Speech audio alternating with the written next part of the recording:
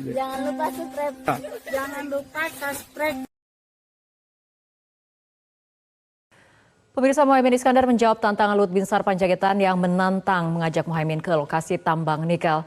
Muhaimin dengan tegas akan segera menghubungi Luhut dan mengecek bersama-sama kondisi sebenarnya masyarakat di sekitar tambang. Saya pengen sebenarnya mengundang Muhaimin itu berkunjung kan ke WDB, ke Morowali untuk lihat sendiri, seeing is believing, gitu. Daripada Anda berbohong kepada publik yang menurut satu karakter yang nggak bagus untuk mencapai sesuatu posisi. Anda membohongi publik dengan memberikan informasi seperti tadi. Pada kenyataannya pertumbuhan Luhut Binsar Panjaitan yang merespon keras pernyataan Muhaimin Iskandar di debat Cawapres 21 Januari lalu tentang kondisi masyarakat di sekitar Morowali yang tidak terlalu mendapatkan dampak dari eksplorasi nikel di sana. Lalu menantang Muhaimin mendatangi lokasi tambang. Muhaimin yang mendapat tantangan ini dengan sigap menjawabnya dengan segera menghubungi Luhut jika jadwal ketat kampanyenya sudah mulai berkurang.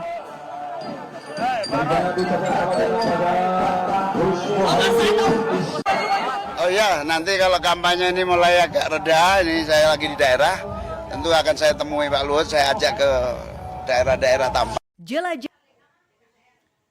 Bismillahirrahmanirrahim. Assalamualaikum warahmatullahi wabarakatuh.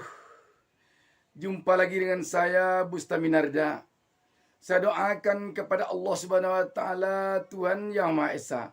Semoga seluruh pemirsa selalu mendapatkan keberkahan hidup dari Allah Subhanahu wa taala. Amin amin ya rabbal alamin. Sahabat BN, kita heran dengan Menko Kemaritiman dan Investasi Luhut Binsar Panjaitan ini. Orang setua ini harusnya punya pikiran yang panjang yang harus dibolak-balik terlebih dahulu sebelum mengatakan seseorang bohong atau berbohong. Apalagi sampai dikatakan dia membohongi publik untuk mencapai suatu posisi. Itu rasanya sangat hina sekali kalau seorang Muhaimin Iskandar yang adalah anak santri, yang adalah cicit dari seorang pendiri NU yang merupakan organisasi kemasyarakatan atau ormas Islam terbesar di Indonesia ini, bahkan di dunia sekarang ini. Harusnya Pak Luhut bisa menjaga mulutnya. Negara ini bukan kepunyaan Pak Luhut sendiri. Negara ini kepunyaan kita bersama, anak bangsa Indonesia. Bayangkan, seorang cicit dari pendiri Nahdlatul Ulama, pendiri NU, yang sampai saat ini kita tidak salah kalau mengatakan ormas Islam NU ini merupakan ormas Islam terbesar di dunia. Alangkah hinanya dia kalau untuk mencapai suatu posisi dia membohongi publik. Dan bagi Islam, cap bohong itu kepada seseorang sangat merendahkan sekali. Apalagi yang mengucapkannya seorang pejabat publik, seorang pejabat negara dengan kedudukan Menko, Menteri Koordinator. Bukan main dampaknya. Karena itu tentu saja tidak seharusnya dengan mudah menempelkan, melekatkan cap bohong kepada Muhaimin Iskandar. Karena itu sangat perlu pembuktian di pengadilan harusnya.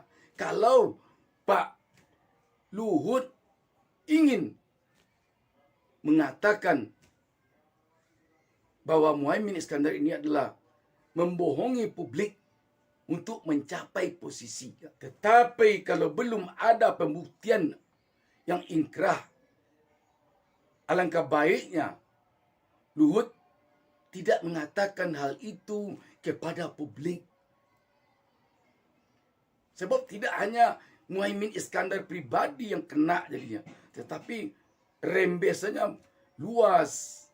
Apalagi yang dikatakannya berbohong itu bukan sembarang orang, seorang cawapres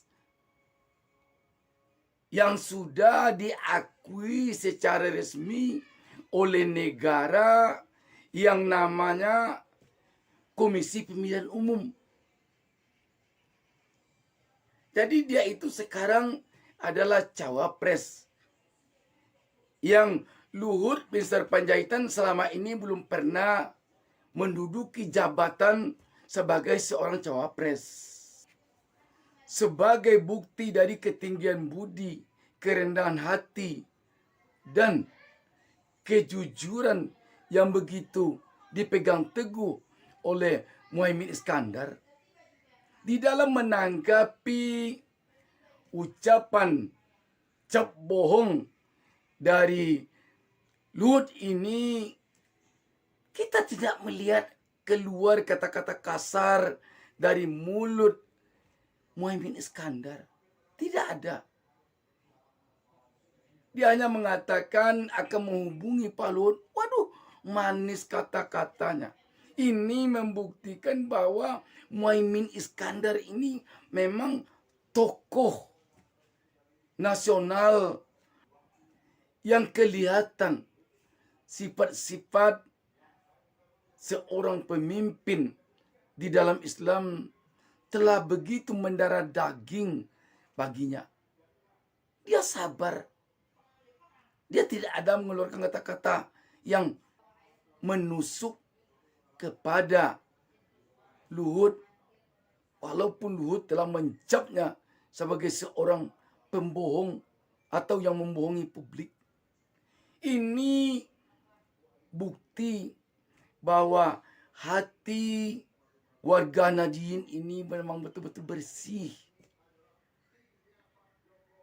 Karena itu sangat tidak tepat kalau Muhaimin Iskandar dicap sebagai orang yang membohongi publik. Makanya memang jalan terbaik haruslah seperti yang dikatakan oleh Muhaimin Iskandar. Dia akan pergi bersama-sama dengan Luhut melihat lokasi tambang itu.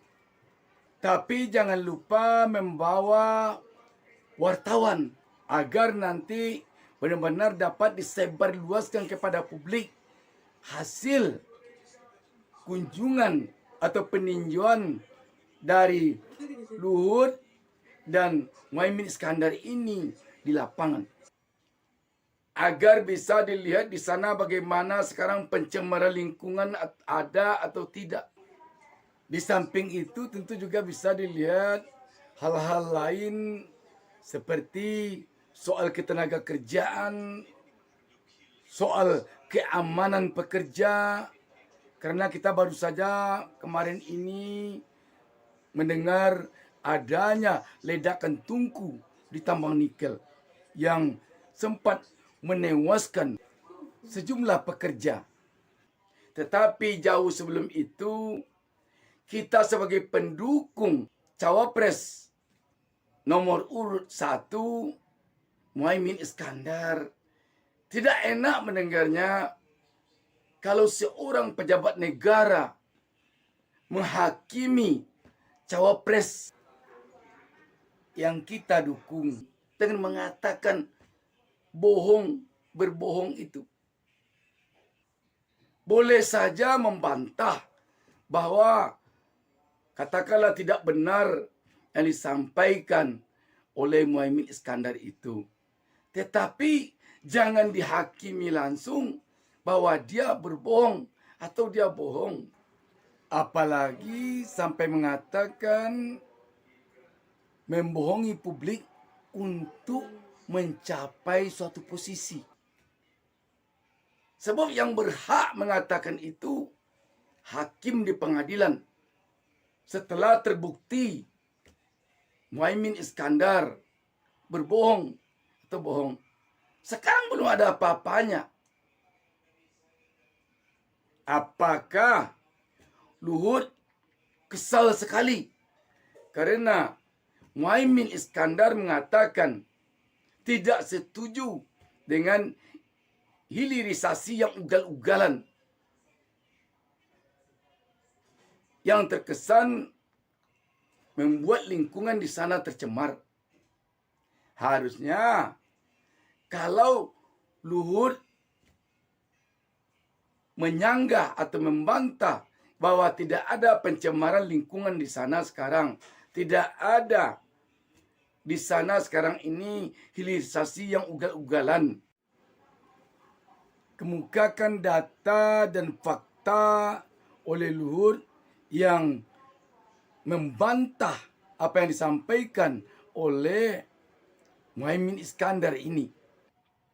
Jadi kita berharap dalam kondisi politik seperti sekarang ini, jangan ada yang dengan mudah saja menghakimi orang ini, itu. Jangan.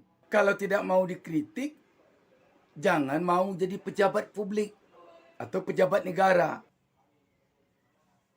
Memang biasa saja kalau ada sekarang ini pasangan calon yang tidak setuju dengan hilirisasi ini. Biasa. Nanti tinggal rakyat yang menentukan apakah nanti rakyat mendukung dia atau tidak. Sama juga dengan food estate yang dikatakan gagal sekarang itu. Sebagai yang pembawa misi perubahan, paslon nomor urut 1 tidak akan melanjutkan food estate ini. Apakah harus marah kalau dia tidak mau melanjutkan? Tidak boleh marah. Itu hak dia untuk tidak melanjutkan atau melanjutkan. Sekarang dia putuskan tidak melanjutkan. Apakah dilarang dia membawa misi perubahan? Apakah ada undang-undang yang melarang? Tidak sama sekali. Ini negara demokrasi, bukan negara kerajaan yang marah kalau ada orang yang akan menggantikan rezim kita. Bisa jadi nanti jika Anies Caimin yang berkuasa, bongkar kalau ada permasalahan di hilirisasi itu. Dan kalau perlu tukar namanya, tidak usah hilirisasi. Bilang saja pengolahan atau apa namanya. Seperti dikemukakan Tong Lembong. Itu di Surabaya. Banyak itu pabrik-pabrik pengolahan. Tidak perlu dikasih nama hilirisasi.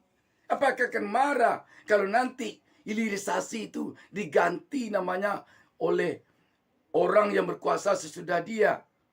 Tidak bisa marah begitu. Ini bukan perusahaan pribadi, ini negara yang punya hak seluruh anak bangsa untuk pemimpin berikutnya. Sesuai dengan peraturan perundang-undangan yang berlaku.